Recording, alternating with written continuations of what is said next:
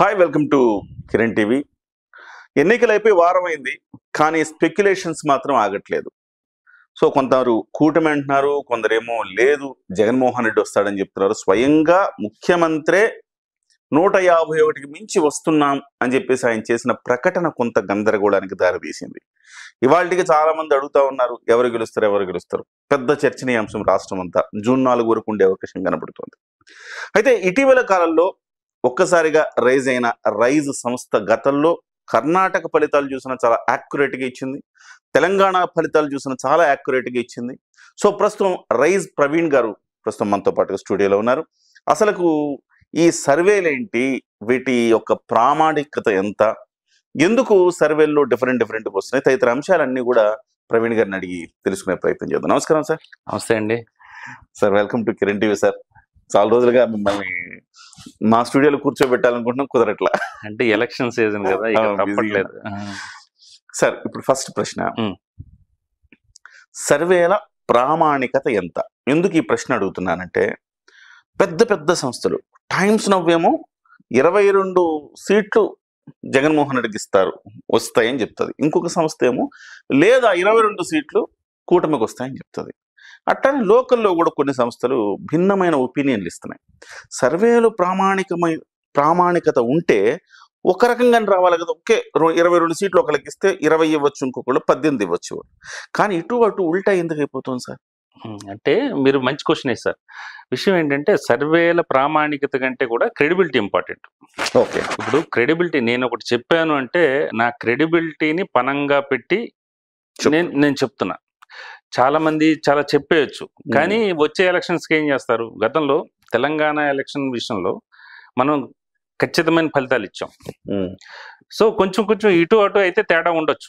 ఎందుకంటే మన survey samples, survey మనం చేసిన విధానము, ఇవన్నిటితో పాటు ఎర్రర్ పర్సంటేజ్ ఉంటుంది, కొంత ఇటు అటు తేడా ఉండొచ్చు. అంటే మొత్తం మీరన్నట్టు ఇటు 22 అటు 22 అంత తేడా ఉండదు. అదే అంటే ఎక్కడో కొంత పొలిటికల్ ఎఫిలియేషన్ ఆ సర్వే సంస్థలకు ఉంది. ఇప్పుడు మనం తీసుకోండి, మనం ఏ పార్టీ కూడాను కొమ్ము కాయట్లేదు, ఏ పార్టీకి కూడా వెళ్ళట్లేదు. ఎందుకు వెళ్ళట్లేదు అంటే కూడా మనకు బిజినెస్ కూడా ఇంపార్టెంటే. అంతే కదా. ఎందుకంటే మనం ఖర్చు పెడుతున్నాం, డెఫినెట్గా రావాలి అనుకునేటప్పుడు బిజినెస్ జరగాలి అనుకుంటే ఏమవుతుంది? ఒక పార్టీ కొమ్ము కాస్తే ఆ పార్టీకే మనం పరిమితం అయిపోతాం. క్రెడిబిలిటీ పనంగా పెట్టి మనం దిగుతున్నాం. అంటే ఈసారి ఒక్కసారి గనక ఏదైనా తేడా ఇస్తే ఇంకోసారి నమ్మరు. ప్రజలు నమ్మరు. ముఖ్యంగా రాజకీయ నాయకులు మీతో ఎవరైతే అంటగాగుతున్నారో వాళ్ళు కూడా భవిష్యత్తులో నమ్మరు. అంతే, వాళ్ళు ఇప్పటికైతే మీతో క్లోజ్ గా మూవ్ అవుతారు, కానీ తర్వాత నమ్మరు. సో అది ఇవన్నీ కూడా ఇబ్బందే.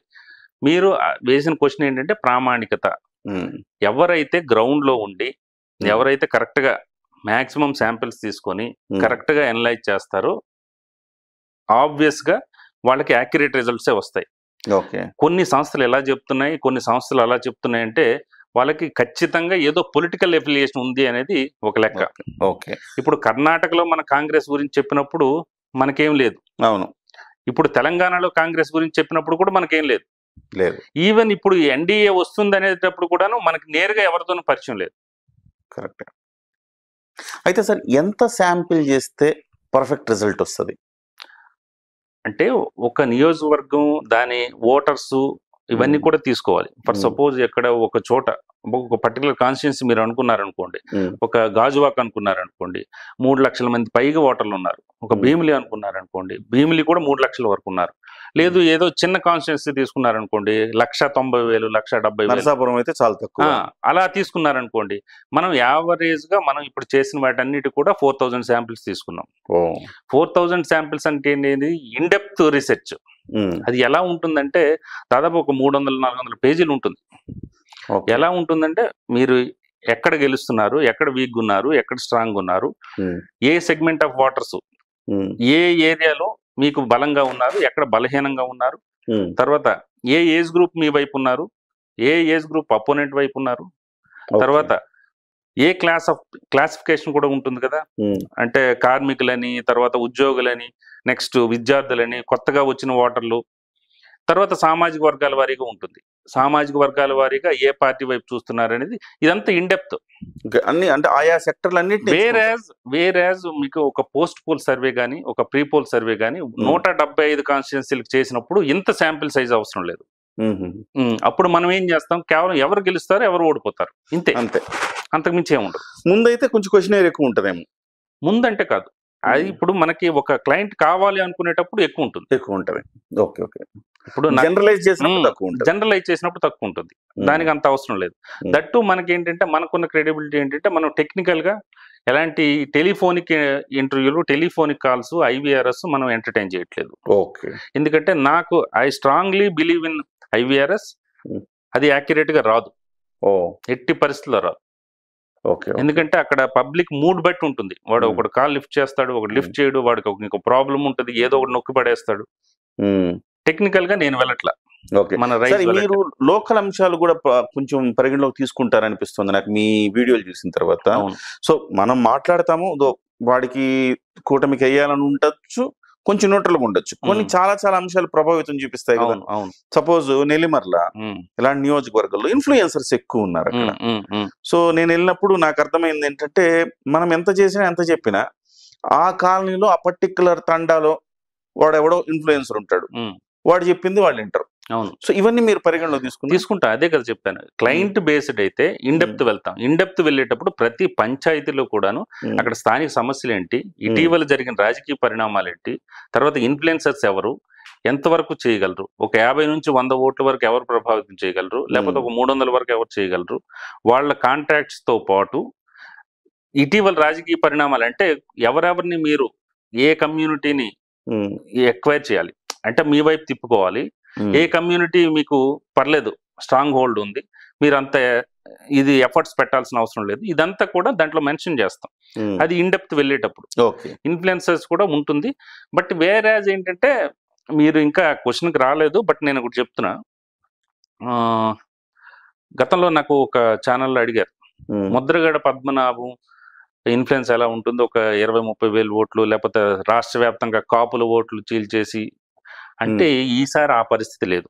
ఆంధ్రప్రదేశ్ ఎన్నికల్లో ముద్రగడ పద్మనాభం లాంటి వ్యక్తులు కానీ, ఇంకొకరు సోకాల్డ్ ఎవరైతే నేను ఓడిస్తాను అని చెప్పేసి ప్రగల్భాలు పలికిన వ్యక్తులు కానీ, వాళ్ళ ఇన్ఫ్లుయెన్స్ ఉండదు. ఎందుకు ఉండదంటే పూర్వం వేరు, టీడీపీ స్థాపించినప్పుడు వేరు. ఎన్టీఆర్ ఒక ఇలా ఇచ్చేస్తే ఒక సమూహం కదిలినట్టు ఇప్పుడు అలా ఉండదు. ఇంట్లో భర్త మాట భార్య వెందు, భార్య మాట భర్త వెందు. సో చాలా జాగ్రత్తగా చేయాల్సిన ఎన్నికలు. అందుకనే మీకు ఇన్ఫ్లుయెన్సర్స్ అనేది స్థానికంగా మాత్రమే, పంచాయతీ వరకు మాత్రమే ఉంటుంది. ఓకే, అందుకే మీరు చాలా ఇన్ డెప్త్ చేశారని అనిపించింది నాకు మీ వీడియోలు చూసాక. అందుకడిగా సరే, ఒకటి మీరేమో గత 6 నెలలుగా స్టాండర్డ్ గా NDA కూటమి గెలవబోతుందని చెప్తాం. అవును.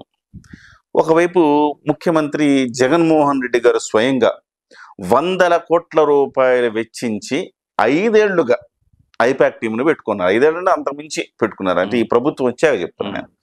100 కోట్లు ఆయన అన్నారు. ఐపాక్ టీం సూచనల మేరకు కొన్ని నిర్ణయాలు ప్రభుత్వంలో కూడా తీసుకున్నానని చెప్పారు ఆయన. అవును. సో ఆయన ఐపాక్ టీంని కలిసినప్పుడు ఆయన చాలా కాన్ఫిడెంట్ గా దేశమే నివ్వెరపోతుంది, 151 సీట్లకు మించి మనకు వస్తున్నాయి అని చెప్పి ఆయన చెప్పడం జరిగింది. ఏంటి సార్ మీ కాన్ఫిడెన్స్ ఏంటి? ఆయన ఏం 100 కోట్ల రూపాయలు ఒక సంస్థని పెట్టుకుని ఆ సంస్థ చెప్పినట్టు 5 ఏళ్ల నుంచి నడుస్తూ కూడా ఇవాళ ఆయన ఆ మాట చెప్పినప్పుడు స్టిల్ ఎన్నికలైన తర్వాత కూడా మీరు అదే మాట మీద ఉన్నారు. ఏంటి మీ కాన్ఫిడెన్స్? అంటే నేను గ్రౌండ్ లో ఉన్నాను, నా కాన్ఫిడెన్స్ అదే. నేను గ్రౌండ్ లో ఉన్నాను. నేనేదో ఈ ఎనలిస్ట్ లాగా ఏసీ గదిలో కూర్చొని ఎనలైజ్ చేసేసి గంపగుత్తగా వీళ్ళు ఇటు వేస్తారు వీళ్ళు అటు వేస్తారు అనేది నేను చెప్పట్లా, ఏ రోజు చెప్పలేదు. ఇన్ డెప్త్ వెళ్ళాను కాబట్టి నా డేటానే నా కాన్ఫిడెన్స్. ఓకే, మైక్రో లెవెల్ నా డేటా నా కాన్ఫిడెన్స్. ఓకే, గట్టిగా చెప్పగలను.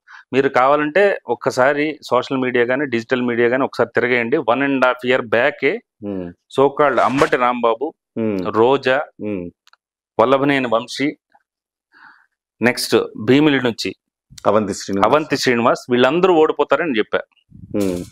స్టిల్ స్టిక్ అని ఉన్నారు. చాలా పరిణామాలు చేంజ్ అయ్యి ఉంటాయి. చాలా పరిణామాలు చేంజ్ అయ్యి వాళ్ళకు అనుకూలంగా ఏం అవ్వాల. ఓకే, ఇప్పుడు విడుదల రజని ఫస్ట్ పోతుంది అన్నాం. కొంత ఇటు వచ్చిన తర్వాత కొంత ఆమె కొంత పర్సంటేజ్ గెయిన్ చేయగలిగింది. బట్ స్టిల్ 50-50లోనే ఉంది ఆవిడ. కానీ అంతకు ముందు అయితే ఆమె ఖచ్చితంగా పోయేది. ఇప్పుడు అయితే మాత్రం కొంత అవకాశం ఉంది కానీ బట్ ఎడ్జ్ లో ఉంది. నేను పోస్ట్ పోల్ లో చెప్తా. Okay okay okay. అంటే అసలు విషయానికి వద్దాం. ఇప్పుడు సీఎం గారి కాన్ఫిడెన్స్ ఏంటంటే ఆయన లెక్కలు ఉంటే ఆయనకు ఉంటే ఉండొచ్చు. బట్ ఏ రాజకీయ నాయకుడు కూడాను స్వచ్ఛందంగా నేను ఓడిపోతున్నానని ముందుకు రాడు. ఏ రాజకీయ ఎమ్మెల్యే స్థాయి వ్యక్తి రాడు. అంతర్గత సంభాషణలు ఏదైతే చెప్తే చెప్పొచ్చు కానీ ఎమ్మెల్యే స్థాయి వ్యక్తి రాడు.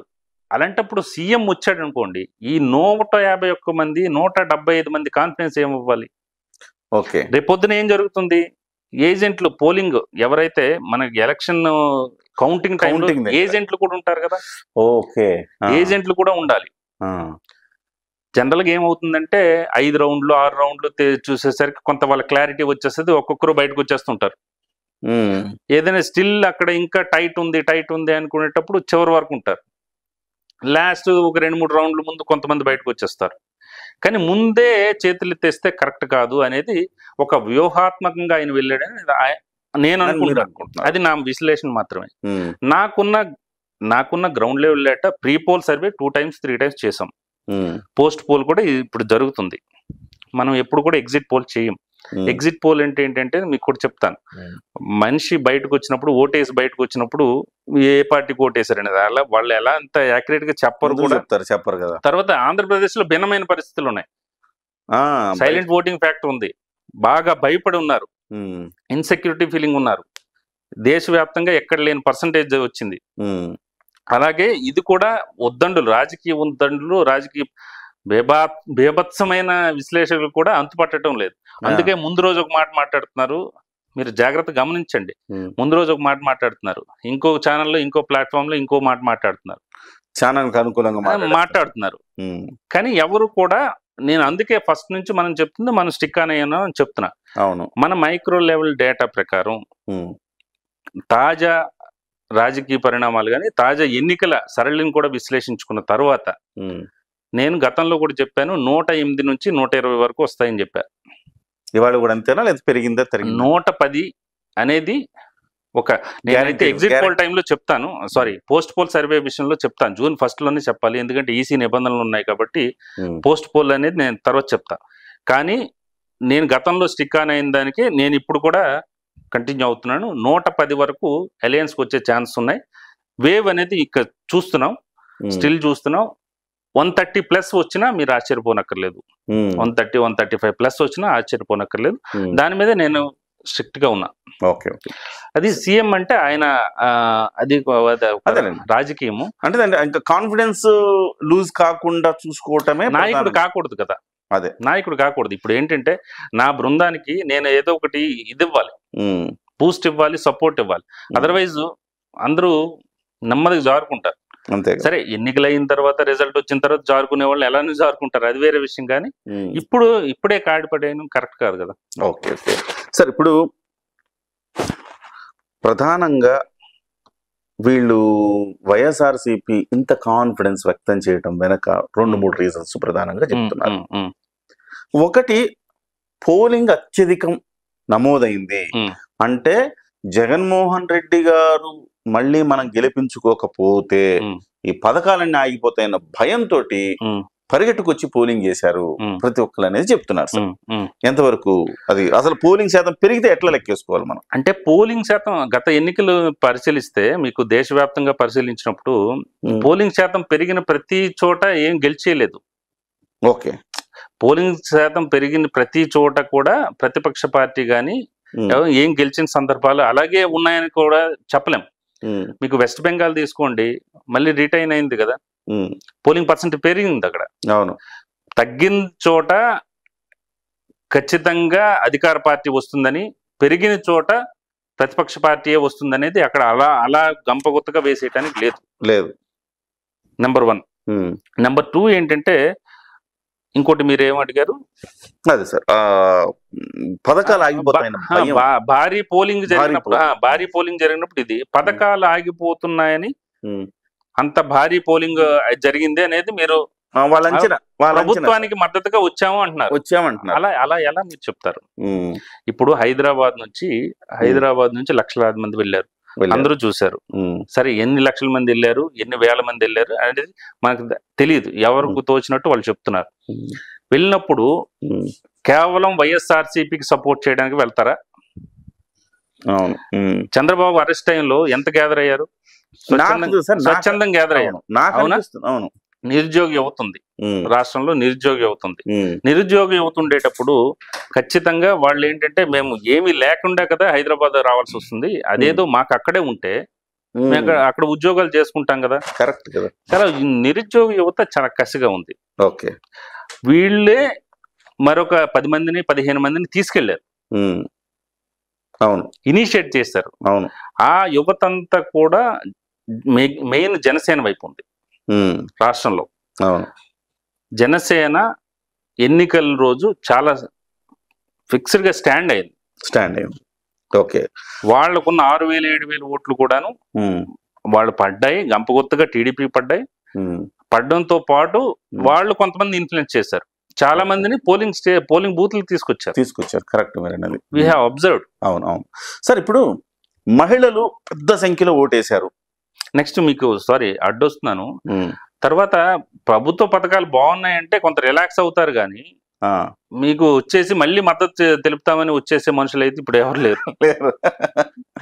అన్రెస్ట్ గా ఉండి ఏదో కసిగా ఓటేస్తున్నాం, ఒక ఉద్యమంలా చేస్తున్నాం అనేది వచ్చినట్టయితే కనిపిస్తుంది. ఎస్పెషల్లీ సార్, మీరు అన్నట్టుగా హైదరాబాద్ నుంచి వాడు వెళ్ళాడంటే వాడికి పథకాలు ఉండవుగా. అవును, హైదరాబాద్ లో ఉంటాడుగా. కానీ రాష్ట్రం ఏమైపోతుందని ఒక బెంగతో ఎక్కువ మంది వెళ్ళారని నాకు అనిపించింది. అది ఒకటి. దేశ విదేశాల నుంచి వచ్చారు సార్ ఈసారి. అవును, వచ్చారు. అదే నేను అసలు అది అప్రస్తుతం అంటే నేను చెప్పకూడదు. నేనే ఒక 40,000 ఖర్చు పెట్టుకుని వెళ్ళాను. తర్వాత యుఎస్ నుంచి ప్రతి ఒక్కరు, నాకు ఒక డాక్టర్ నిన్న ఎయిర్పోర్ట్ లో కలిశారు. ఒక డాక్టర్ కలిశారు. వాళ్ళు గ్రూప్ ఆఫ్ డాక్టర్స్ ఉంటారంట. వాళ్ళంతా కూడా జనసేన సపోర్ట్ అంట. సరే, కోయిన్సైడ్ అయింది, వాళ్ళు కలిశారు. వాళ్ళ ప్రతి ఒక్కరు 3 లక్షలు 4 లక్షలు ఖర్చు పెట్టుకుని వచ్చారు. వాళ్ళు ఎంతమంది ఇన్ఫ్లుయెన్స్ చేస్తుంటారు? అంతే కదా. తర్వాత ఇక్కడ వెళ్ళిన వాళ్ళు ఎంతమంది ఇన్ఫ్లుయెన్స్ చేస్తుంటారు? ఇదంతా కూడా లెక్కలు తేయడానికి కొంచెం టైం పడుతుంది. Definitely game over. సార్, అయితే నాకంటే చాలా మంది ఇవాళ కన్ఫ్యూజ్ అవుతున్న అంశాలు ఏంటంటే, వాళ్ళు చాలా లాజికల్ గా చెప్పే ప్రయత్నం చేస్తున్నారు. అది మీరు ఒక క్లారిటీ ఇవ్వాలి నాకు. ఎందుకంటే మహిళలు చాలా మంది ఈ పథకాలకు, అమ్మఒడి కావచ్చు, ఇట్లాంటి వాటిలో మహిళలు లబ్ధి పొందారు కాబట్టి మహిళలు, వృద్ధులు నిలబడి ఓట్లేశారు. ఎస్సీ, ఎస్టీ, మైనారిటీ వర్గాలు గంపగుత్తగా వన్ సైడెడ్ గా చేశారు. సో ఇది ప్రధానంగా వైఎస్ఆర్సీపీకి లాభించే అంశం, అందుకే గెలుస్తుందని చెప్తున్నాము. దీన్ని సరే జగన్మోహన్ రెడ్డి గారు చెప్పడం అంటే మీరు అనుకోవచ్చు ఒక స్ట్రాటజీ ప్రకారం చెప్పాడు అనుకోవచ్చు. ఎమ్మెల్యేలు వాళ్ళ ఎమ్మెల్యే అభ్యర్థులు చెప్పిన స్ట్రాటజీ. కానీ పేరు మోసిన విశ్లేషకులు చెప్తున్నారు సార్ ఇవన్నీ.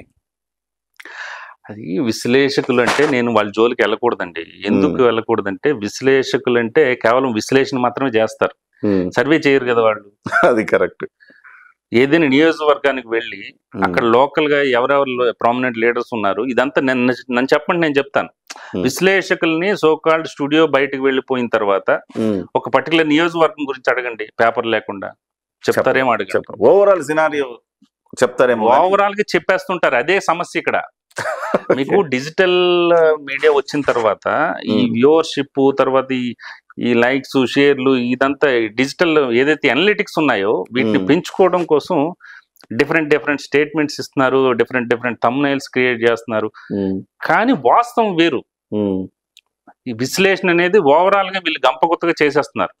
అది కరెక్ట్ కాదంటాను. ఎందుకు అంటే ఇప్పుడు మహిళలు పూర్తి స్థాయిలో వాళ్ళకి వేశారు అంటున్నారు.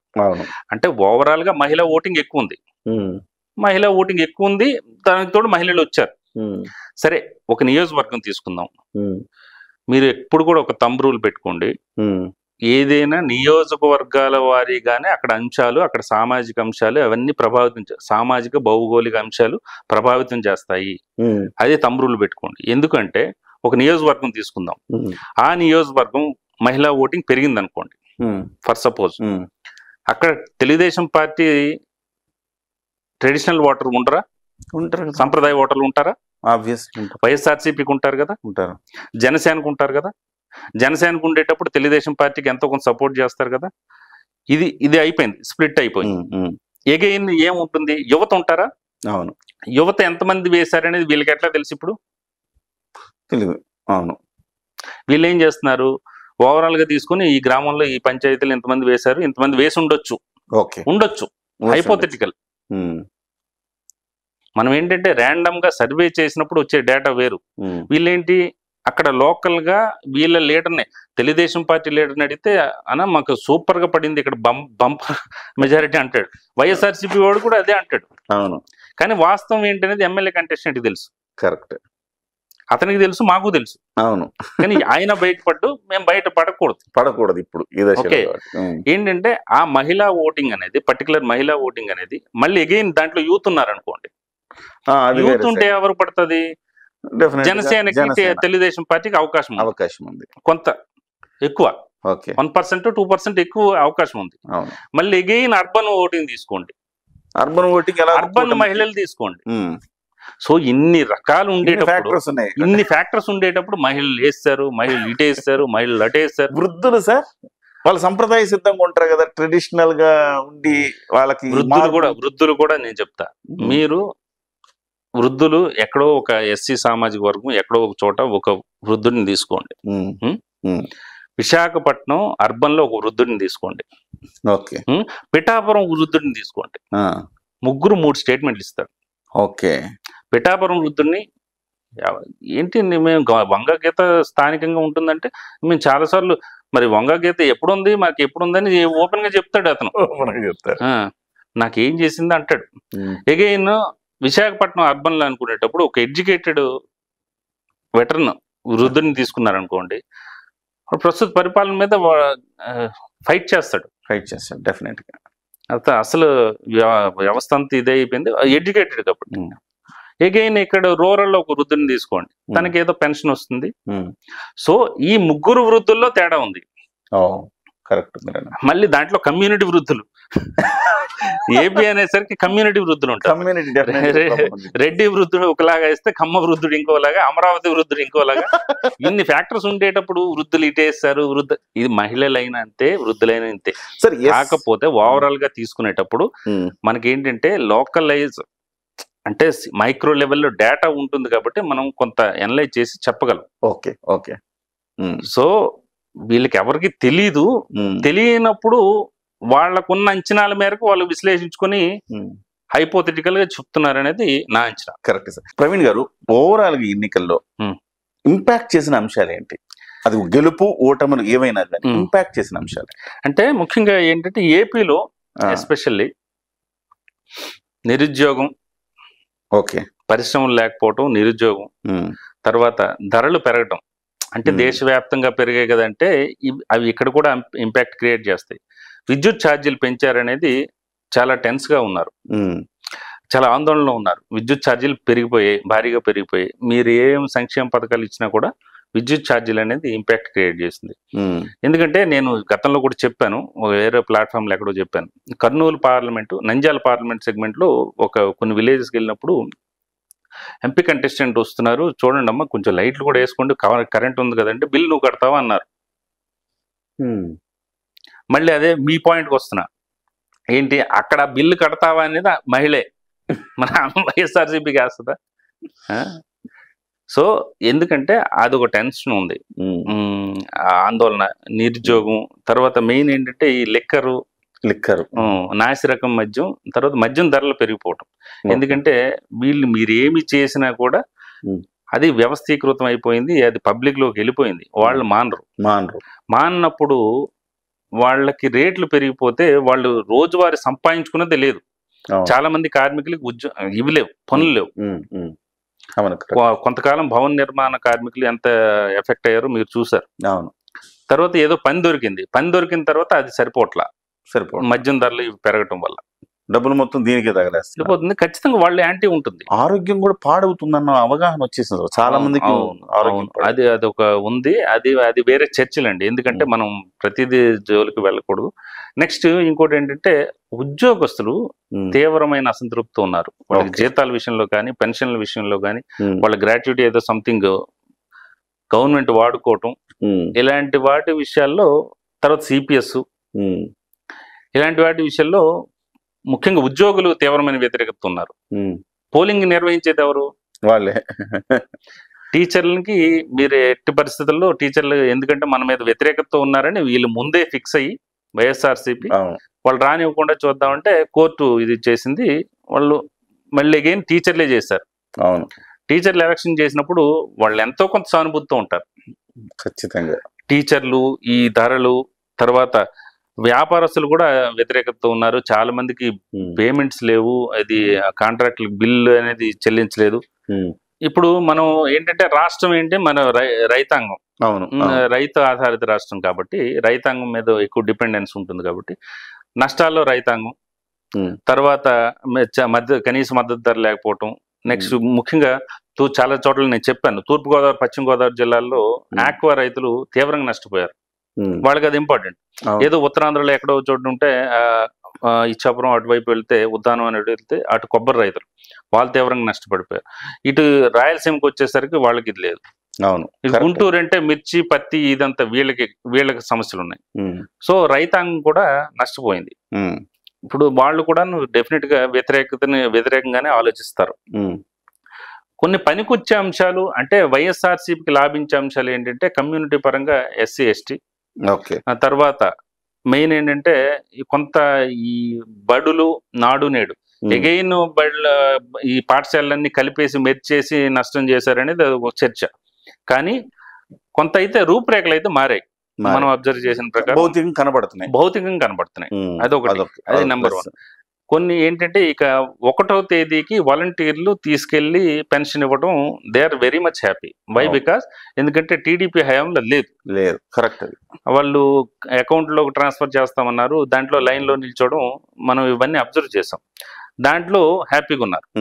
అంతే. ఎంత పర్సంటేజ్ హ్యాపీగా ఉన్నారు, ఎగైన్ ఎంత పర్సంటేజ్ మళ్ళీ వ్యతిరేకత అంటే మీకు 1వ తేదీకి వచ్చినా కూడా మీ ఖర్చులు పెరిగిపోతే మీరేం చేయలేరు కదా. అందుకని ఎంతమంది వ్యతిరేకత ఉన్నారు. తర్వాత అమరావతి విషయానికి వచ్చేసరికి అమరావతి ఎఫెక్ట్ అది మొత్తం ఇది రూపురేఖలు లేకుండా పోయింది.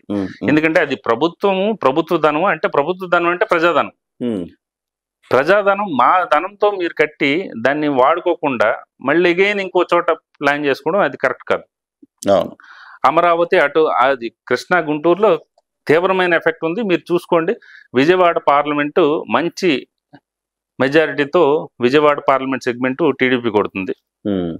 అలాగే గుంటూరు పార్లమెంట్ కూడా ఖచ్చితంగా గెలుస్తారు వాళ్ళు. మీరు అది ఎఫెక్ట్ మీకు స్పష్టంగా గమనించవచ్చు.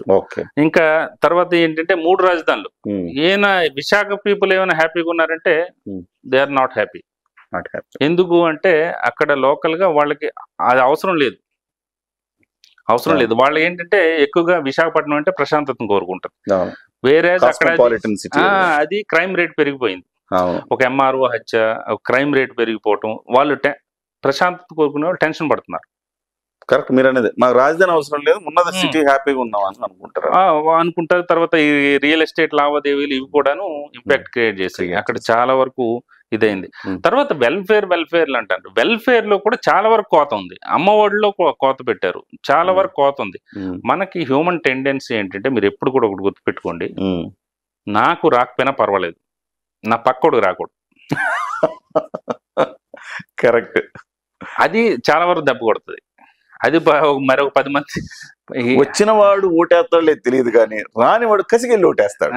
అంటే ఇది ఎలా ఉంటదంటే డబ్బులు ఇచ్చినవాడు వేస్తాడు లేదు, కానీ డబ్బులు ఇవ్వనవాడు అయితే వేయడని అలా ఉంటది అనమాట. So Pawan Kalyan factor east west లో ఊపేసింది. మీరు చూస్తారు కదా, ఎందుకంటే ఒక పార్టీకి అనుగుణం కాదు చెప్పడం, మీరు చూడండి. మెయిన్ ఏంటంటే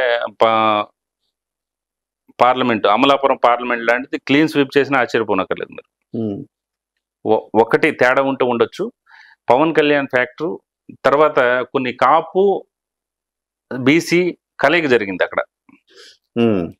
అది ఆ పోలరైజేషన్ అనేది, ఆ ఈక్వేషన్స్ అనేవి బాగా వర్కౌట్ అయ్యాయి. తర్వాత గ్రామ సచివాలయాలు అనేది వైఎస్ఆర్సీపీకే కొంత సపోర్ట్ చేస్తుంది. ఎందుకంటే గ్రామ సచివాలయ ఉద్యోగులు, మైనారిటీ ఉద్యోగులు మాత్రం వైఎస్ఆర్సీపీ వైపు కొంత ఉండొచ్చు. అంటే గంప కొత్తగా ఏది చెప్పకూడదు. ఈ అనలిస్ట్ లాగా సోకాల్డ్ అన్ని ఇటే పడిపోతాయి అనేది మనం ఏం చెప్పలేం. తర్వాత ల్యాండ్ టైటిలింగ్ యాక్ట్.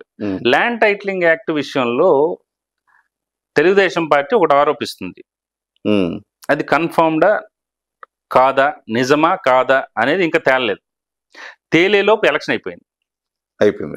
సీఎం కానీ వైఎస్ఆర్సీపీ కానీ డ్యామేజ్ కంట్రోల్ చేసుకోలేకపోయారు. వాళ్ళు చెప్పింది కాదని జనాలకు తీసుకెళ్ళలేకపోయారు. ఎంత టైం లేదు.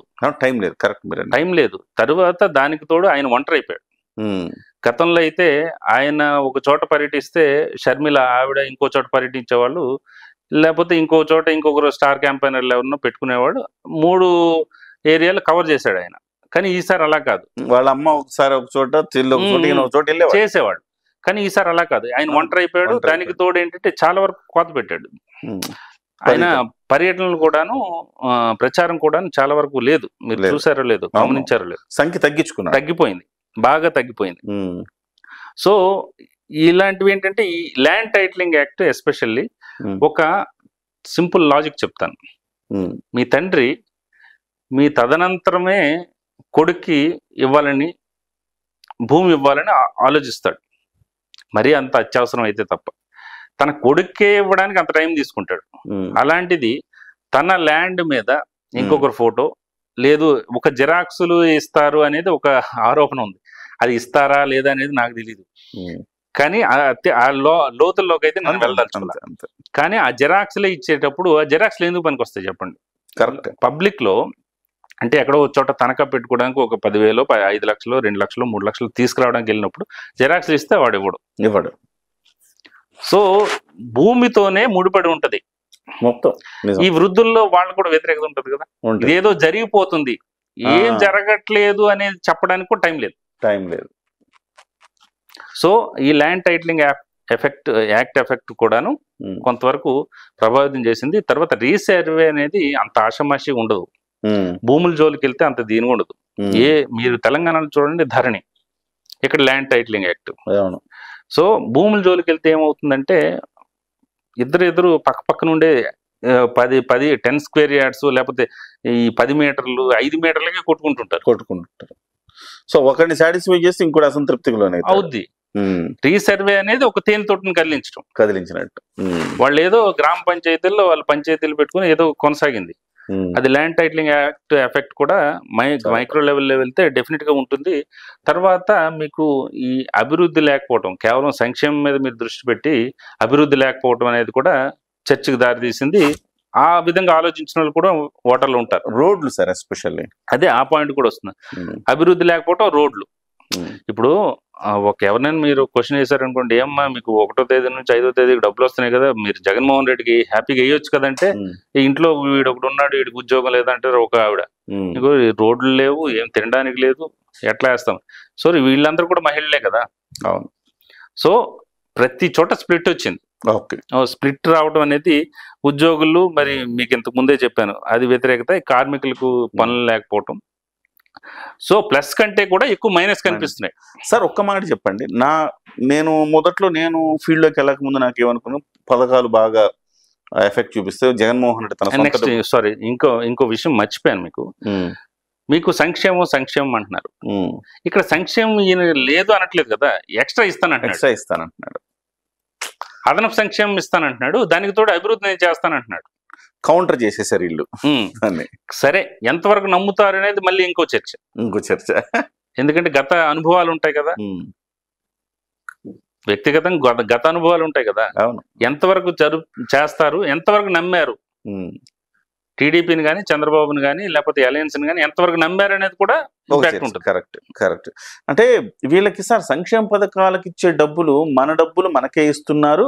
ఇచ్చిన తర్వాత కూడా మళ్ళీ ఈ ధరల పెరుగుదల, పెట్రోలు, ఇప్పుడు ఆటో వాడికి డబ్బులు ఇస్తున్నారు 10,000. సో పెట్రోల్ ధర పెంచడం వల్ల 10 రూపాయలు లీటర్ పెంచడం వల్ల చివరికి నా దగ్గర నుంచి డబ్బులు లాగేస్తున్నారు. ఇట్లాంటి భావన కూడా చాలా చోట్ల వచ్చినట్టుంది కదా సార్. అంటే ఉంటుంది, కాకపోతే కొంచెం ఇంకొంచెం ఇండెప్త్ గా వెళ్తే ఇది కేంద్ర ప్రభుత్వం కదా పెంచేది, మనం పెంచలే.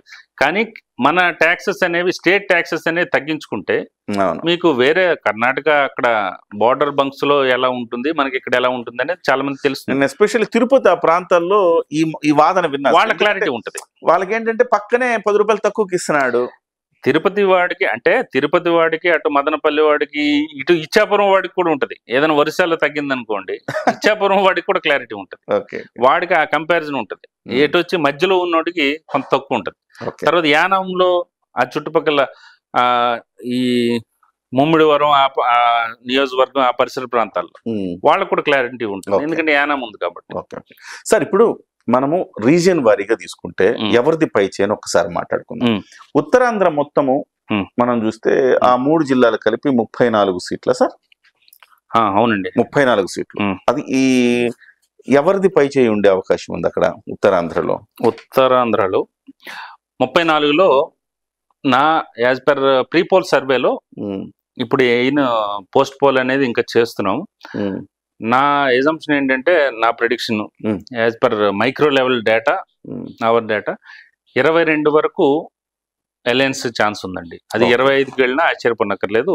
34లో 22 వరకు అలయన్స్ కి అయితే ఛాన్స్ ఉంది, స్పష్టమైన ఆధిక్యత ఉంది. అంటే తర్వాత మీకు కొన్ని నియోజకవర్గాలు ఏమయ్యాయంటే టైట్ ఫైట్ లో ఉన్న కూడాను అలయన్స్ వైపు వచ్చాయి. For suppose Nellimarla first YSRCP, తర్వాత టైట్ ఫైట్, చివరిలో తెలుగుదేశం పార్టీ పూర్తి స్థాయిలో సపోర్ట్ చేస్తే గెలిచే అవకాశం ఉంది.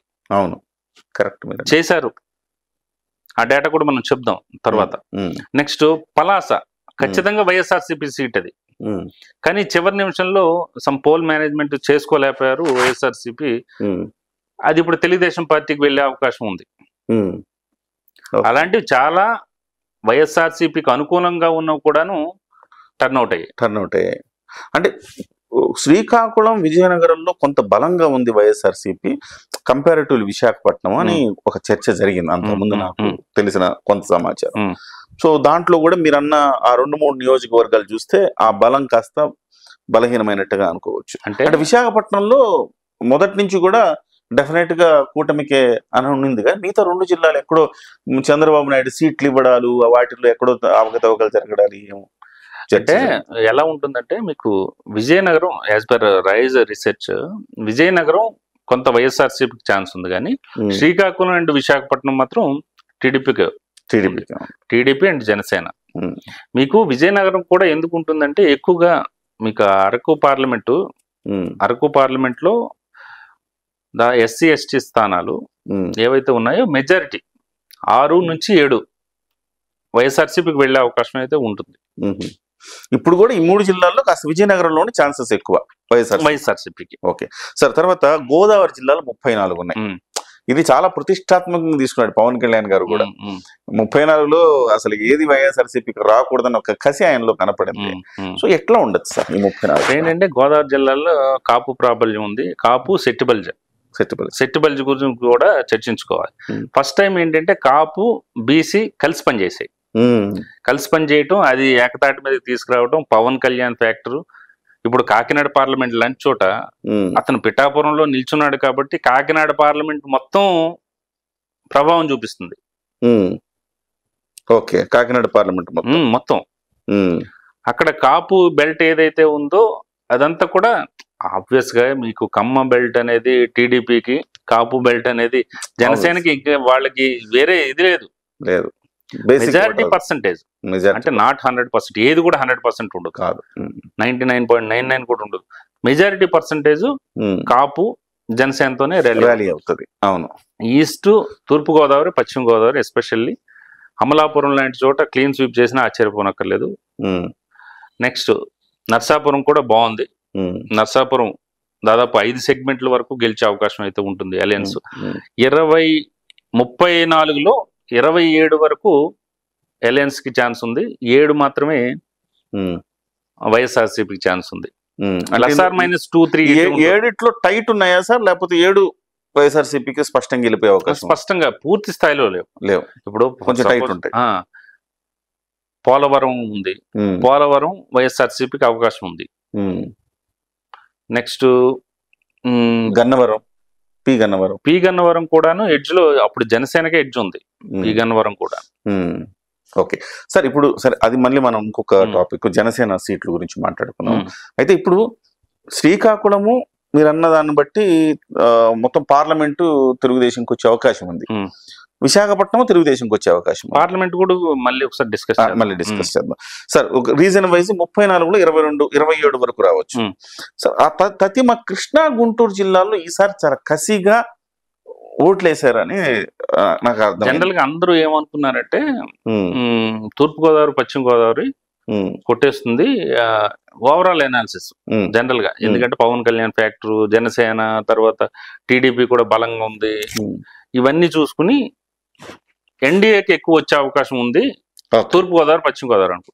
తూర్పుగోదావరి పశ్చిమ గోదావరి కంటే కూడా మీరు జాగ్రత్తగా గమనిస్తే కృష్ణా, గుంటూరు అండ్ నెల్లూరు ఈ 3 జిల్లాల్లో అలయన్స్ బాగుంది. దాదాపు 55 కాన్స్టిట్యున్సీ ఉందండి ఏసీ 4 జిల్లాలు అసెంబ్లీ. కృష్ణా, గుంటూరు, ప్రకాశం, నెల్లూరు 55 నియోజకవర్గాల్లో దాదాపు 42 వరకు అలయన్స్ కి ఛాన్స్ ఉంది. వేరే మీరు జాగ్రత్త గమనించండి, Vizianagaram last time clean sweep YSRCP. అవును. నెల్లూరు కూడా, నెల్లూరు ఈ రోజు రివర్స్ ఉంది సార్. నెల్లూరులో చరిత్రలో ఎప్పుడు ఒక 5-6 సీట్లు కొడితే ఏ పార్టీ కొడితే ఆ పార్టీదే. Even Telugu Desam party 5-6 clean sweep ఎప్పుడు చేయాల.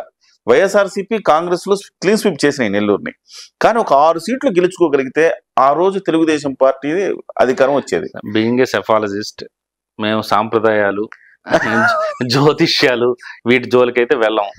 ఇప్పుడు పోనీ సార్, అక్కడ ఎవరికి వస్తే ఇక్కడికి అంతే వస్తుంది, ఇక్కడ ఎవరికి వస్తే అలాగే వస్తుంది, అతను ఇంత ఓడిపోతాడు, ఇతను అంత ఓడిపోతాడు, ఆ గ్రహాలు బాగాలేవు, ఇవన్నీ వాటి జోలికైతే మేము వెళ్ళాం. మా దగ్గర ఉన్న డేటా ప్రకారం మేము మాట్లాడతాం. ఓకే, ఇప్పుడు నెల్లూరులో ఎన్ని ఛాన్సెస్ ఉన్నాయి సార్? నెల్లూరు 5-2 అండి పార్లమెంట్, నెల్లూరు పార్లమెంట్ లో. ఓకే, లేదు ఓవరాల్ గా చూసుకుంటే అంటే పాత జిల్లా 10 తీసుకుంటే 6-4 కానీ 7-3 కానీ 7 వరకు అలయన్స్ కి ఛాన్సెస్ ఉన్నాయి. ప్రకాశం కొంచెం వాళ్ళకి ఉందా? ప్రకాశం కొంత ఉంది, 50-50 ఒక 60-40 ఆ రేంజ్ లో వాళ్ళే పై చేయవచ్చు. ప్రకాశంలో డివేట్ అవుతుంది. కానీ 42 వరకు అవుట్ ఆఫ్ 55, 42 వరకు అలయన్స్ ఛాన్స్ ఉంది. మీరు ప్రతిది కూడాను ఒక 3+3 ఆర్ -3 వేసుకోవాలి. అవును, +3+R- ఉంటుంది. 13 వరకు వీళ్ళకి ఛాన్స్ ఉంది వైఎస్ఆర్సీపీకి. ఈ 3 రీజియన్ తీస్తే 4వ రీజియన్ రాయలసీమ. రాయలసీమ ఖచ్చితంగా లాస్ట్ టైం కూడా ట్రమెండస్ విక్టరీ, 52లో 3 తెలుగుదేశం గెలవగలిగింది లాస్ట్ టైం. 49 వాళ్ళకి వచ్చాయి. ఏంటి సార్ ఇప్పుడు వాళ్ళ ఆశలన్నీ కూడా రాయలసీమ మీదనే, ఇప్పుడు ఎట్లా ఉంటుంది సార్? అంటే ఈసారి ఒక 18 నుంచి 20 వరకు అలయన్స్ కి వచ్చే అవకాశం అయితే ఉంటుంది. ఓకే, రిమైనింగ్ 33, 34 వైఎస్ఆర్సీపీకి అవకాశం ఉంది. స్టిల్ వాళ్ళే ఉంది స్టిల్ అదే ఉంది. అది కూడా లేకపోతే మీకు ఎక్కడ ఈ 30లో క్లోజ్ అయిపోతాయి. సో అక్కడ కొంత సో మీరు ఓవరాల్ గా తీసుకుంటే 22 ఎక్కడ ఉత్తరాంధ్ర, నెక్స్ట్ 27 గోదావరి జిల్లాలు, 42 ఈ 4 జిల్లాలు, 19 ఇక్కడ మన రాయలసీమ, మొత్తం 110 +R- వేసుకోండి 110. వేవ్ అనేది మేము స్టిల్ అనలైజ్ చేస్తూనే ఉన్నాం, ప్రతి కాన్స్టిట్యున్సీ వైజ్ గా అనలైజ్ చేస్తున్నాం. అది వేవ్ కనుక కంటిన్యూ అయ్యి చివరికి వచ్చేసరికి మాకు June 1 లోపు డేటా మొత్తం అనలైజ్ చేసిన తర్వాత వేవ్ కంటిన్యూ అయ్యిందంటే 135, 130+ వస్తుందండి, ప్లస్ వస్తుంది ఎన్డీఏకి. సార్ ఒక్కసారి జనసేన నియోజకవర్గాలు ఒకసారి మొత్తం 21 నియోజకవర్గాలు, 21 నియోజకవర్గాల్లో గెలుపోటముల శాతం లేకపోతే ఆ సంఖ్య ఎట్లా ఉండొచ్చు సార్? జనసేన ఏంటంటే పాలకొండ 50-50 అండి. ఓకే, అక్కడి నుంచి వద్దాం. నెల్లిమర్లో జనసేనకు అవకాశం ఉందండి.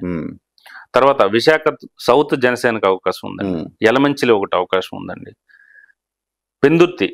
పెందుర్తి జనసేన ఖచ్చితంగా గెలుస్తుంది. అనకాపల్లి జనసేన ఖచ్చితంగా గెలుస్తుంది. కాకినాడ రూరల్ ఖచ్చితంగా గెలుస్తుంది. పిఠాపురం 100% గెలుస్తుంది. మెజారిటీ గురించి కూడా మాట్లాడుకుందాం. ప్రీ పోల్ సర్వేలో మనం చేసాం. పిఠాపురం నుంచి జనసేన పవన్ కళ్యాణ్ ప్రీ పోల్ సర్వేలో 35,000 to 40,000 ఖచ్చితంగా మెజారిటీ అప్పుడు ఉంది. తర్వాత పిఠాపురంలో ఓటింగ్ పర్సంటేజ్ పెరిగింది. మీకు దానికి తోడు అది ప్లస్ వస్తుంది కానీ మైనస్ అయితే ఉండదు. Take it granted. రాజోలు జనసేనకు అవకాశం ఉంది. పి గన్నవరం కూడా 50-50 ఛాన్సెస్ లో జనసేనకి అవకాశం ఉంది. ఇక ఉంగుటూరు, నర్సాపురం, నిడదవోలు ఎడ్జ్ లో అయినా నిడదవోలు, అగైన్ తాడేపల్లిగూడెం, ఇవన్నీ కూడా జనసేనకు అవకాశం ఉంది. భీమవరం, అవనిగడ్డ. భీమవరం మంచి మెజారిటీతో గెలుస్తున్నాడు ఆయన, ఆంజనేయులు సీనియర్ లీడర్. అవనిగడ్డ, తెనాలి, ఇవి కూడా జనసేనకు అవకాశం ఉన్నాయి. రాజానగరం కూడాను టైట్ ఫైట్ లో అనేది బయటపడుతుంది అనేది ఉంది. ఇంకా స్టిల్ వీఆర్ అనలైజింగ్.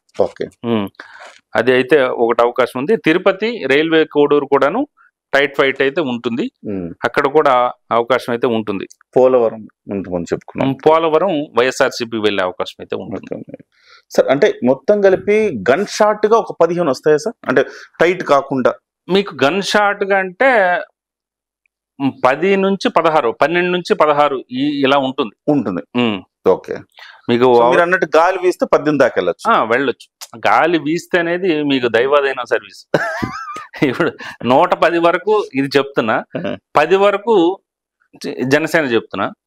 మీకు గాలి వీచిందంటే 16 నుంచి పైనే వెళ్తుంది. ఇప్పుడు జనసేనకి మీరు గన్ షాట్ కి డెఫినెట్ గా 10 నుంచి 14, 10 నుంచి 14, 10 అయితే ఈ రోజుకు ఉన్నాయండి. Still we are analysing. Pre poll survey వేరు, మళ్ళీ పోస్ట్ పోల్ వేరు. పోస్ట్ పోల్ 2-3 రోజుల్లో మారున్నవి. పోల్ మేనేజ్మెంట్ వీళ్ళు చేసుకోలేక చాలా ఉంటాయి కదా. ఒక 10 నుంచి 13 ఈ రేంజ్ లో అయితే మాత్రం ఇప్పటి వరకు వచ్చాయి. అవి పెరుగుతాయి తప్పే తగ్గవు.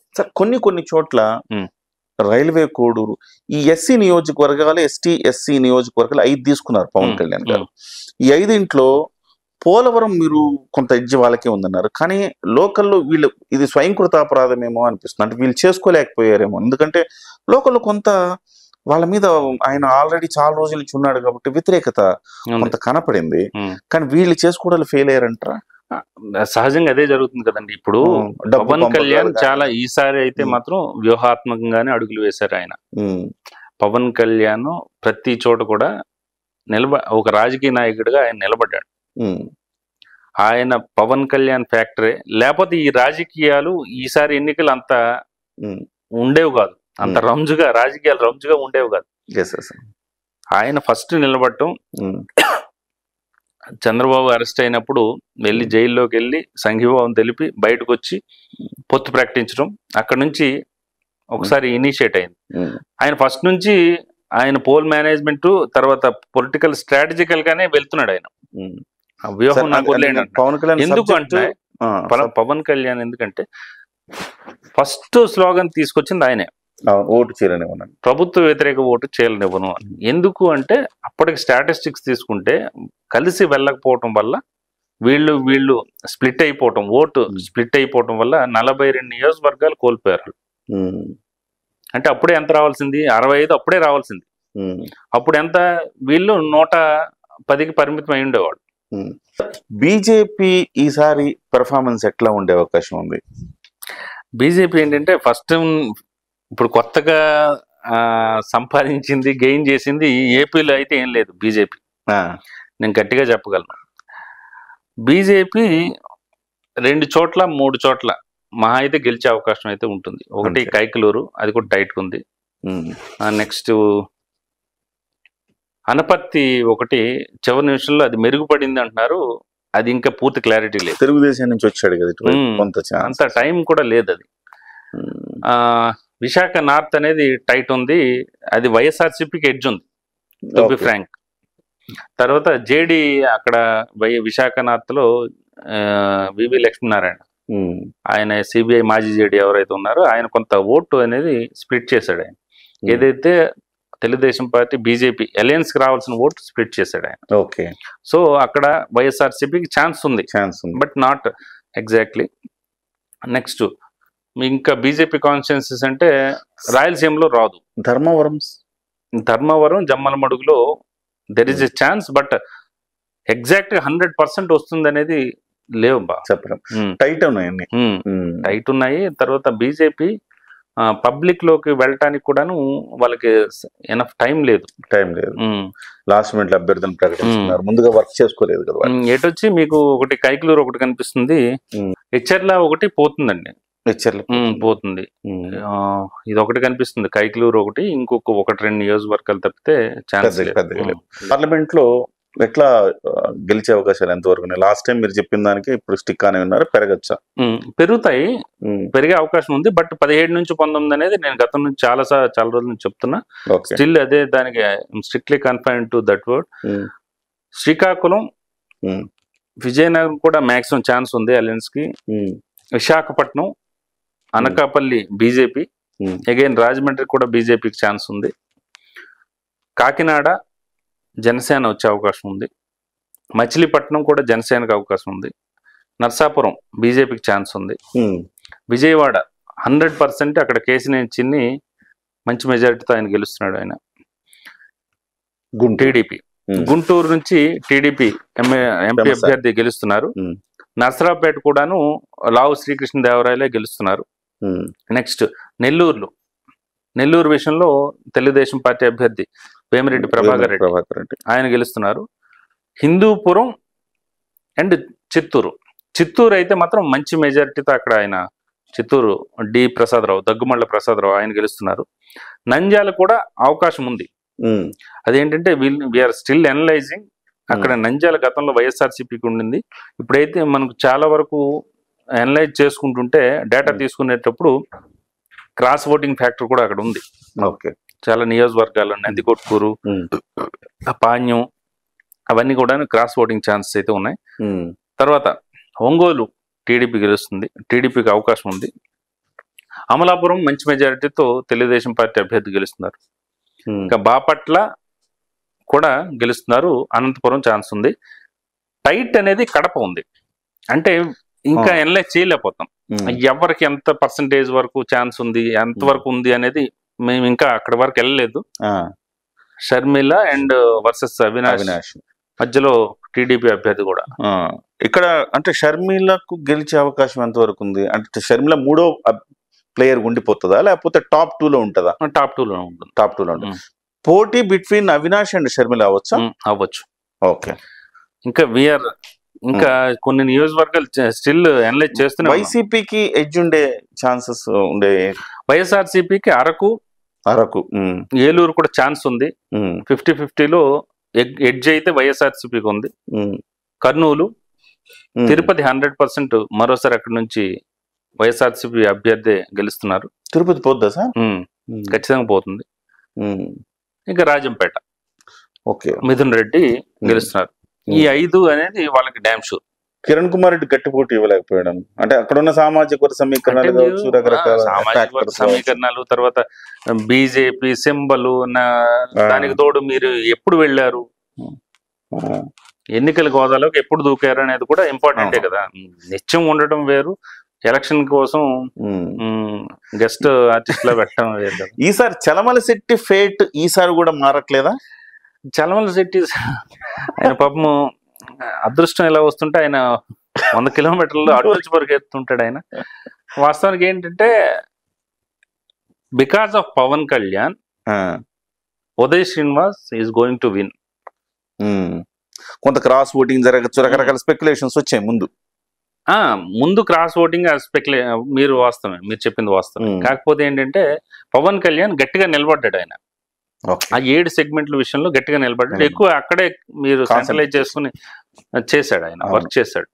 సో అది జనసేన పార్టీకే ఉంది. ఓకే, సో జనసేనకి 2 ఎంపీ సీట్లు వచ్చే అవకాశం ఉంది. బీజేపీకి ఒక 2, అంతేనా? 2 నుంచి 3 బీజేపీకి. అంటే Anakapalli confirm, Narsapuram confirm, again Purandeswari ఇది కూడా అవకాశం ఉంది. సార్, ప్రేక్షకులకి బాగా ఆసక్తి ఉండే కొన్ని నియోజకవర్గాలు మాట్లాడుతున్నాం. ఫస్ట్ పిఠాపురం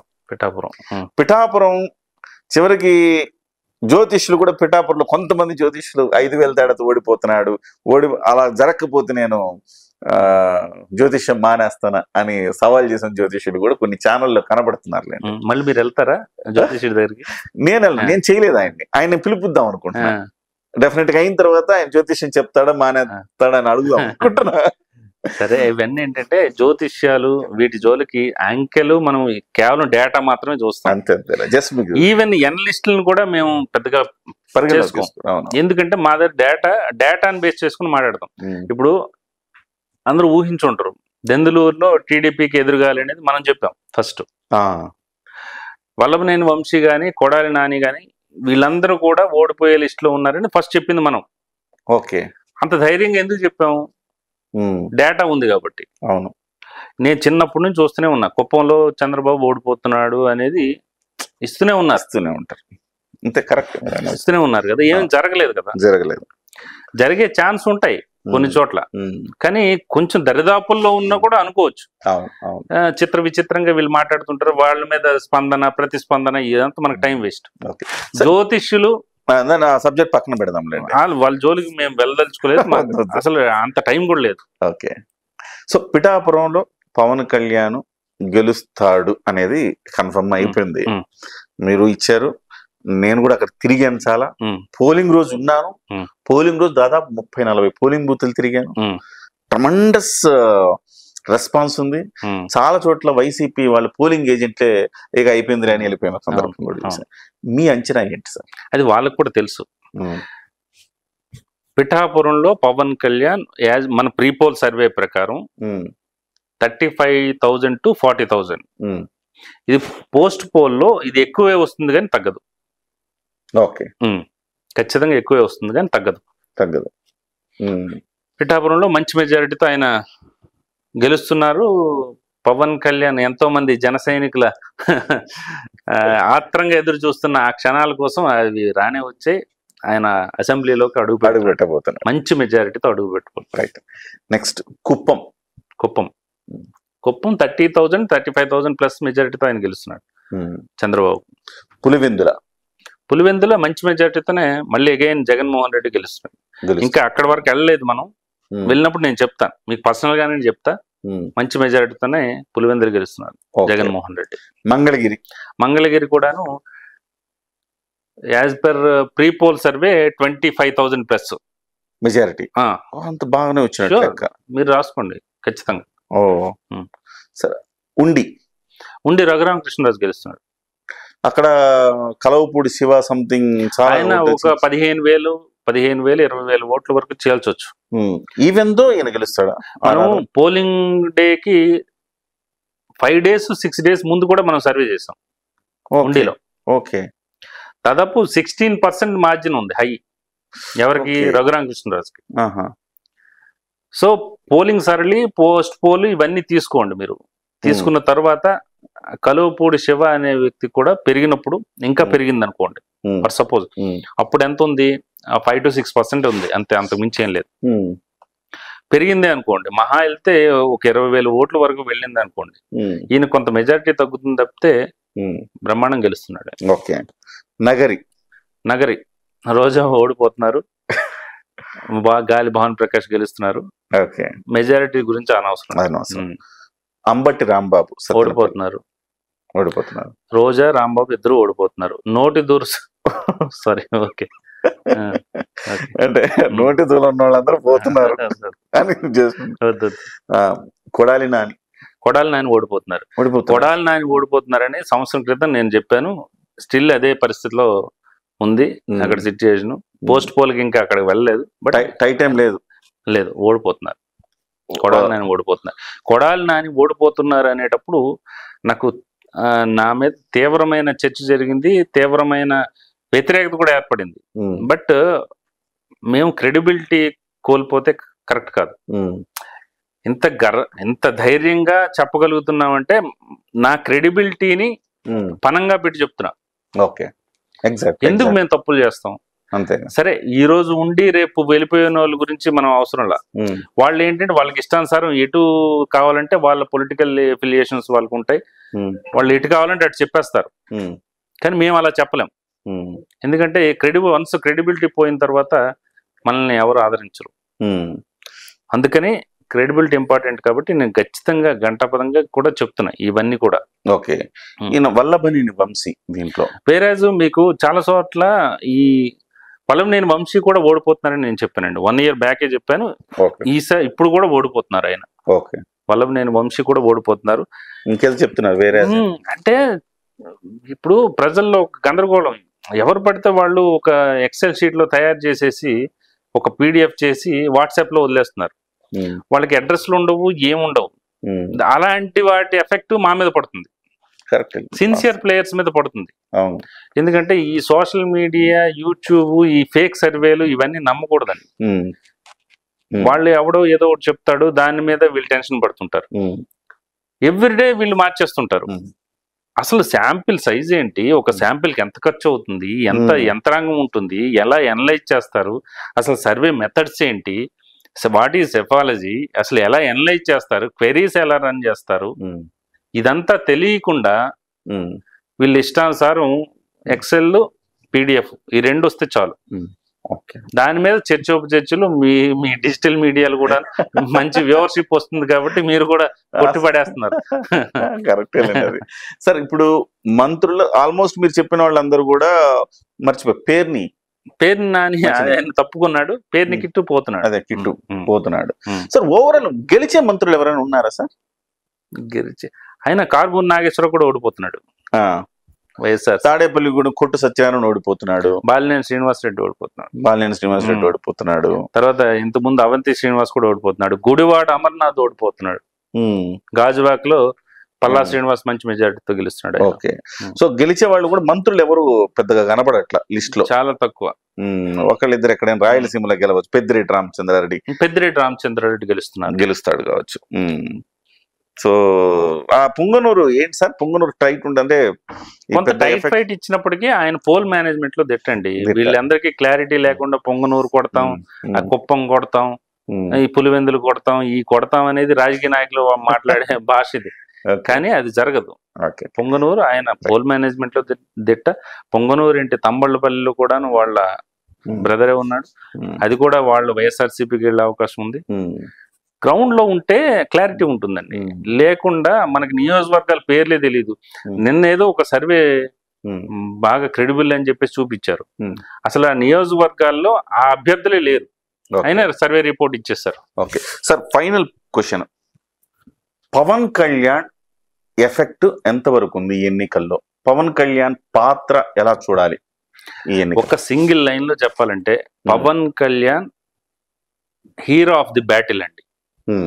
ఈ యుద్ధంలో నిజమైన సిసలైన హీరో పవన్ కళ్యాణే. పవన్ కళ్యాణ్ లేకపోతే ఈ రాజకీయాలు అంత రంజుగా ఉండేవి కాదు.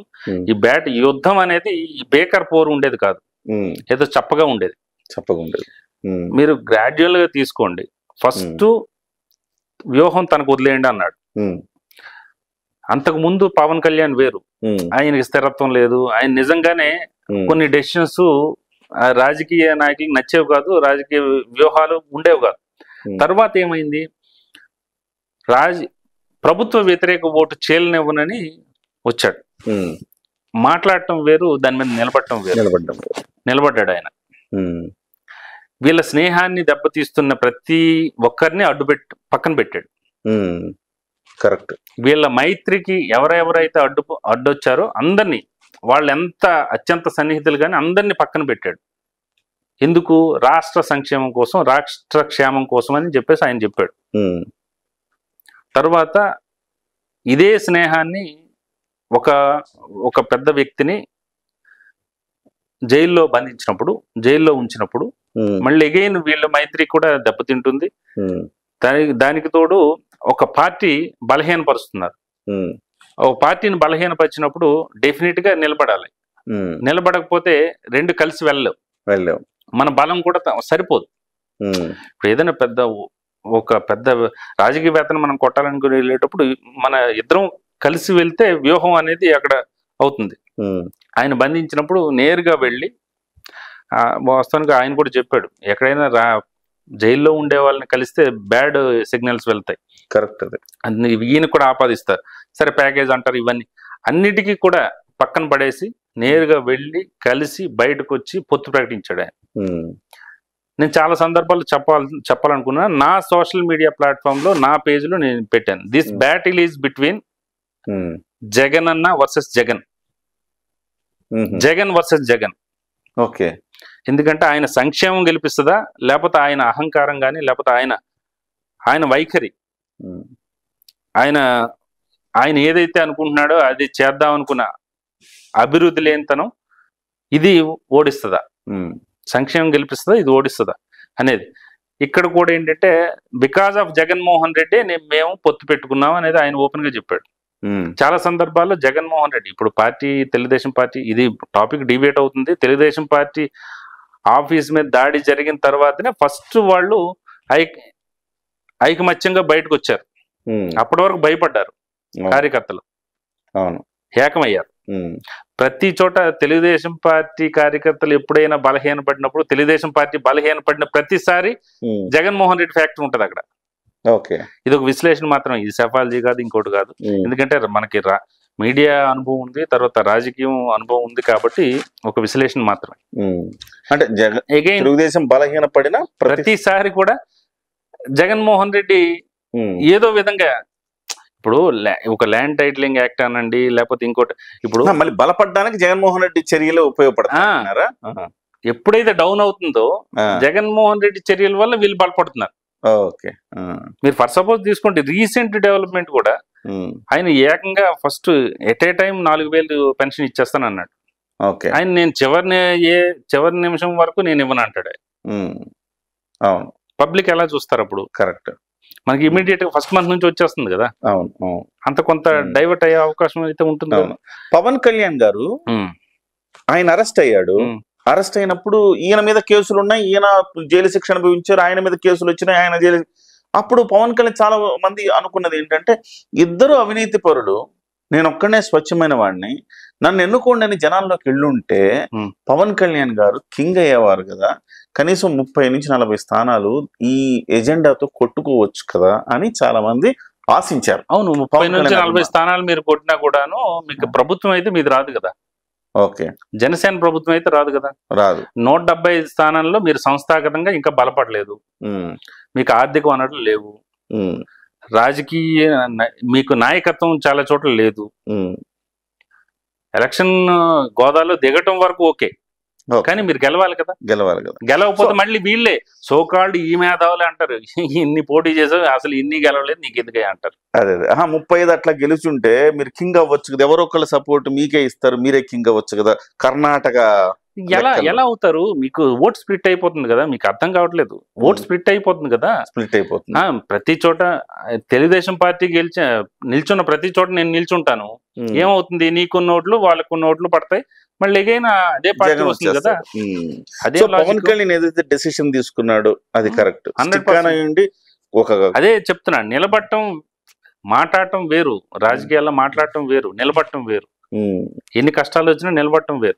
అది ఫస్ట్ పార్ట్, పొత్తు ప్రకటించడం. తర్వాత ఎలక్షనీరింగ్ కి బీజేపీతో అలయన్స్ లేకపోతే ఎలక్షనీరింగ్ కష్టమయ్యేది, అది ముందుగానే ఊహించాడు ఆయన. ఓకే.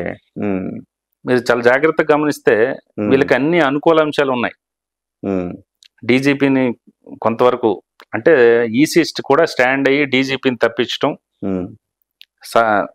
స్మూత్ గా అవ్వటం, ఎన్నికలు జరగటం. రీపోలింగ్ ఎక్కడ జరగలేదు మీరు చూసుకోండి. తర్వాత బీజేపీ కొన్ని చోట్ల ఏమవుతుంది, గత ఎన్నికల్లో కూడా మీరు తీసుకోండి, ఈడీ రైడ్లని, సిబిఐ రైడ్లని, ఆ రైడ్లు, ఈ రైడ్లు, అవేం జరగలేదు చూసారా మీరు? జరగలేదు. కరెక్ట్. సో ఆయన వ్యూహం వర్కౌట్ అయినట్టే కదా. వాళ్ళు even they won't accept. BJP నాకున్న సమాచారం ప్రకారం తెలుగుదేశం పార్టీతో వెళ్ళడానికి అంత ఆసక్తిగా లేదు. ఎందుకు లేదు అంటే కనుక అక్కడ ఎవరు గెలిచినా కూడా ఎంపీలు మనవాళ్ళే అనేది ఒక భావన ఉంది. సో అలాంటి వాళ్ళని కూడా తీసుకొచ్చి కలపడంలో తను సక్సెస్ అయ్యాడు. అతనే ఓపెన్ గా చెప్పాడు, నేను చాలా దీనికోసం అవమానాలు భరించానని చెప్పాడు. సరే, ఇదంతా రాజకీయపరమైన విశ్లేషణ, వీరికి సెఫాలజీకి సంబంధం లేదు. పవన్ కళ్యాణ్ నిల్చున్నాడు, పవన్ కళ్యాణ్ కింగ్ మేకర్ అయ్యాడు, Pavan Kalyan hero of the battle అనేది గట్టిగా చెప్పొచ్చు. బీజేపీ విషయంలో గానీ, ఇక్కడ పొత్తు విషయంలో గానీ, బీజేపీ విషయంలో గానీ, తర్వాత నేరుగా వెళ్ళి జైల్లోకి వెళ్ళి కలవటం గానీ, జనసేన త్యాగం చేసింది. 21 సీట్లకి అంటే ఒక దశలో రగిలిపోయింది జనసేన కేడర్ మొత్తం. ఎంత రగిలిపోయినా కూడా అంటే 20 గ్రౌండ్ తెలియకుండా ఎంత రగిలిపోయినా కూడా అనవసరం. మీకు గట్టిగా ఒక 1,50,000 ఓట్లు తీసుకురాగలిగిన నాయకులు చూపించండి మీరు. కరెక్ట్. నేనంటే ఖర్చుతో కూడుకున్న వ్యవహారం. అలాంటి సిచ్యువేషన్ లో కూడా నిలబడ్డాడు అంట పవన్ కళ్యాణ్. ఆయన నిలబడ్డాడు. ఇప్పుడు మిగిలిన వాళ్ళు అందరూ చాలా విమర్శలు చేస్తారు, కానీ 1,50,000 ఓట్లు తీసుకురావటం లేకపోతే ఖర్చు పెట్టడం వీటన్నిటికీ ఎవడు ముందుకు రాడు. సోకాల్డ్ మేధావులు విశ్లేషణలు ఇవన్నీ బాగానే ఉంటాయి, కానీ రాదు, జరగదు. Okay okay okay. ప్రతి చోట ఆయన నిలబడ్డాడు, త్యాగం చేశాడు. సార్ ఆయన మీద తెలుగుదేశం సెక్టర్ లో కూడా ఆయన మీద ఒక సానుభూతి లేకపోతే ఒక పాజిటివిటీ పెరగడం వల్ల ట్రాన్స్ఫర్ అది ఈజీగా జరిగింది. మీకు అదే చెప్తున్నాను, నెల్లిమర్లలో జరిగింది.